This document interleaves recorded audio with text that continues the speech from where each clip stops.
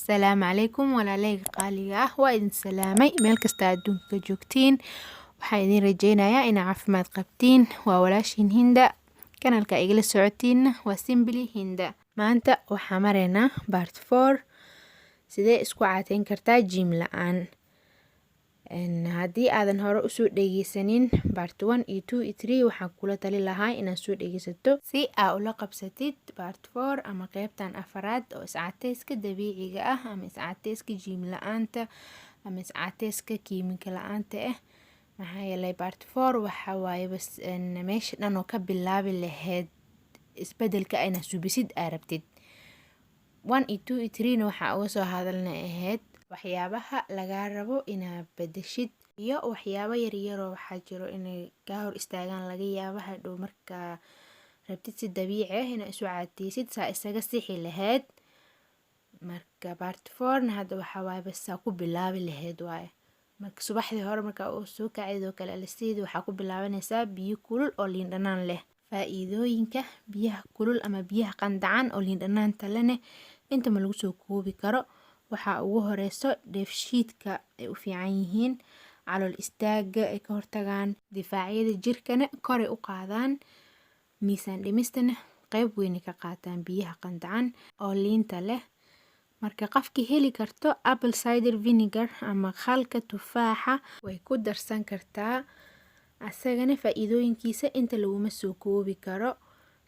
Marka waxa ugu horeeya aniga hadda aan ka rabnana waa inuu abateedku xiraa iyo miisaan dhimistana qayb weyn ka qaataa. Marka waxaa jiro waxyaabo yaryar ah ay u baahan tahay qofka inay iska fiiriso markay soo gadanayso. Marka ugu horeyso horta qasab ma aha inay shirkaddan ahaato, laakiin waxaa muhiim ah inuu yahay organic ku qoran tahay wax la dhahayo with the mother kaasna waxa waaye waxa yaroo salka fadhiyo caadka ah waxa dhan oo wax laga dheefane waaba kaas oo qofka markii inay isticmaasho rabto apple cider vinegar-ka ama tufaaxa khalkiisa inay ruuxdo loo baahan yahay. Marka faa'iidada dhanba meeshaas ku jirtaa. Intaas markaa cabtid kadib nus saac ama saacad kadib waxaa cabaysaa haddaa rabtid qaxwo qaraar ah ama qaxwo Soomaali ama Nescafe hadii uun sokor ha ku darin. Ayadana saas oo kale miisaan dhimista qayb weyn ka qaadataa, abateedkana way xirtaa. Ama haddaa rabtid waxaa cabi kartaa green tea ama shaaha cagaaran asagana saas oo kale sida qaxwada kale leh waaye. Marka intaas oo dhan aad soo cabtid ilaahu ka dhig liin dhanaanta kaligeed haddaa haysatid ama khalka iyo liin dhanaanta isku darsatay ama khalka kaligiis oo biyaha qandacan ku darsatay kadib saacad kadib markaa qaxwo ama aad soo cabtay green tea baahi dhanba adii baahi meesha isku ilaawdeen. Marka waxaa rabnay dhanba waa intaasaytoodi. Marka waxaa jiro wax la dhaho intermittent fasting ama soon gaaleedan ka maqla Soomaalida dhahda.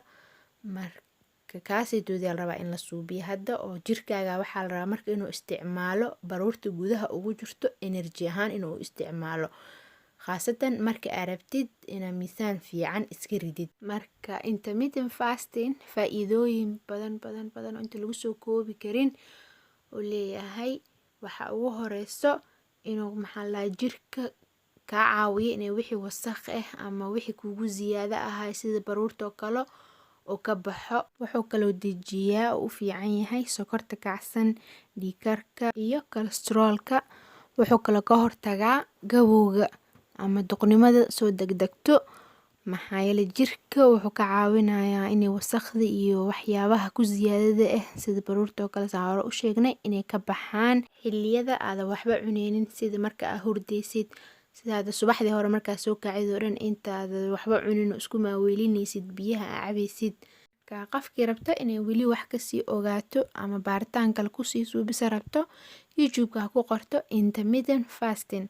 Mar haddaa dhex gashidna ma rabisid inaa weliga Allah xatay joojiso faa'iidooyinka oo leeyahay darteed.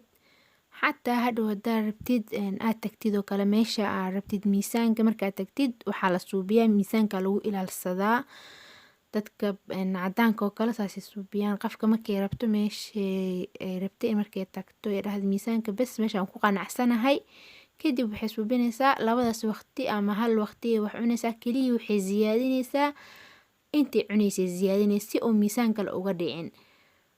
isla markaasna waxaa helaysaa faa'iidooyinkiina waa helaysaa, miisaankaagana waa ilaashanaysaa. Marka waxaa kaloo ku dari rabay inta hadda saan calooshaada ee firaaqa u tahay, waxaa fiican la dhahay inaad suubisid aalamiito. aalamiitadaas qasab maa inaad gym tagtid. haddaa gym awoodid inaad tagto waqti u haysid firaaqa aad leedahay waad tagi kartaa, laakiin socod ma aragta xatee waxaa waaye aalamiito jirkoo dhana hal mar isla wada shaqeynayo. muhiimadana waxaa ah qofka inay xoogaa yar neef tuurto ama ay dareento daal oo dhidid yar ka yimaado. haddaad socod awoodin waxaa suubi kartaa guriga ku dhex boodboodi kartaa, sida inaa xarikabood cayaartid oo kale ama YouTube ka daartid videoyo exercise-ka loogu talagalay, ama hadaartid guriga beryar iska soo dhigi kartaa. ani hadda tan oo kale isticmaalaa. tan waxaa waaye xoogaaga dhanaa isticmaalaysaa, baaskiilna ma aha, korantana kaagama baahno. muhiimada dhan oo loo aalamiiteynayo intaada waxba cuninna waxaa waaye jirkaaga inuu isticmaalo enerjiga ka buuxo, enerjigaas oo ahna faadka ku jiro. marka intaa inaan isla fahnaa u maleynayaa. haddii aad su-aalo ka qabtiin insha Allah hoos igu soo qora si aan videoga dambe ugu soo daro. marka intaa aalamiiteynaysid iyo marka aalamiiteysid kadib waxaa u baahan tahay waxaa cabtid.